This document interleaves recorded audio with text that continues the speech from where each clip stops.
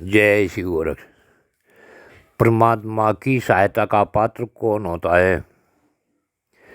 भगवान श्री कृष्ण जी ने गीता में कहा है, जो मानव मुझ वासुदेव को समर्पण के साथ जीवन जीता है उसका संपूर्ण योगक्षेम मैं पूर्ण करता हूँ। अर्थात जो मानव मुझ पर समर्पित है उनके जीवन की रक्षा मेरी जिम्मेदारी हो जाती है।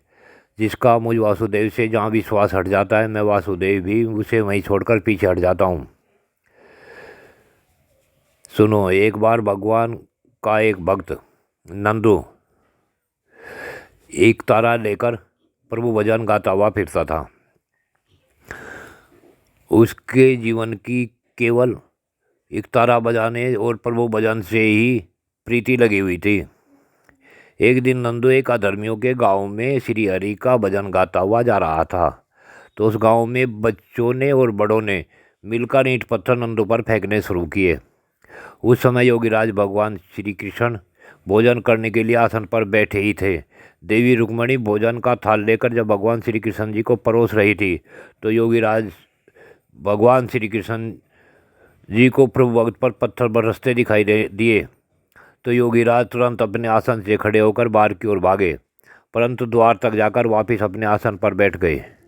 तो देवी रुक्मणी ने पूछा, हे स्वामी, क्या बात हुई? भोजन त्याग कर कहाँ जा रहे थे और द्वार से वापस क्यों आ गए? तो योगीराज भगवान श्री कृष्ण जी बोले कि हे देवी, मैं उठकर तो इसलिए चला था कि मेरे एक भक्त को कुछ अधर्मी पत्थर मार रहे थे। तो माता रुक्मणी बोली, तो प्रभु अपने भक्त को क्यों नहीं बचाया? तो योगीराज बोले, सुनो, जब तक मैं द्वार तक गया उस भक्त ने एक तारा फेंक दिया और स्वयं भी पत्थर उठाकर अधर्मियों पर फेंकने लगा। जब भक्त का मेरे प्रति विश्वास टूट गया तो मैं भी वापस आ गया हूँ। ये देवी सुनो, सतयुग, त्रेता युग और द्वापर युग में जो घटित होता है वह कलयुग में उदाहरण बनता है। जो जो कलयुग की छाया बढ़ती रहती है तो परमपिता पर पूर्ण समर्पण कम होता चला जाता है। संत पुरुष भी अपनी की हुई भक्ति की शक्ति का प्रदर्शन करने लगते हैं, जिससे अधर्मी संत पुरुषों को कष्ट और मृत्यु देने से नहीं डरते। हमारे गुरु लोगों को कहीं कहीं तो अपने शिष्य, अपने सेवक द्वारा जहर देकर मृत्यु तक पहुंचा दिया जाता है। जब भी जिस किसी की दिव्य शक्तियों का प्रदर्शन हुआ, कोई अधर्मी, कोई पापी, कोई अपने ही मृत्यु देने से नहीं डरे। जहाँ तक मैं समझ पाया हूँ, कारण यह है कि हमारे पास जो प्रभु शक्ति अर्जित हुई है उसमें हम प्रभु का आशीर्वाद न मानकर अपना परिश्रम मानते हैं। अब रही छोटी छोटी बालिकाओं के साथ होने वाला अत्याचार, वह भी हमारी बड़ी गलती है, जिसमें हम केवल नवरात्रों में कन्याओं को देवी रूप मानते हैं, फिर बाद में वे कन्याएं हमारे द्वारा तिरस्कार को झेलती रहती हैं।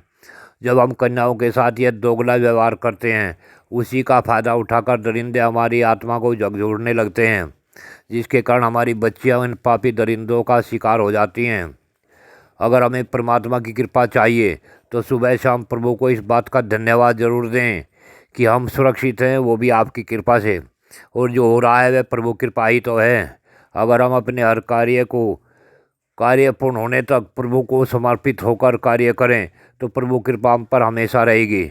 जब हमारी भक्ति में स्वार्थ आ गया तो हम कितने भी बड़े भक्त माने अपने को, परंतु प्रभु कृपा नहीं होगी। इसलिए प्रिय सज्जनों, इस कहानी का तात्पर्य है कि हमें हमेशा अपने आप को समर्पित रखना चाहिए परमात्मा की शरण में। हम परमात्मा की शरण में रहते हुए ही परमात्मा की कृपा प्राप्त कर सकते हैं। वह किस रूप में हो यह तो केवल परमात्मा ही जानता है। और आप सभी बंधुओं से विनम्र निवेदन है कि जिसने मेरे इस चैनल को अभी तक सब्सक्राइब, लाइक, कमेंट और शेयर नहीं किया हो, कृपया वे सभी इस चैनल को सब्सक्राइब, लाइक, कमेंट और शेयर करने की कृपा करें। जय श्री गोरख।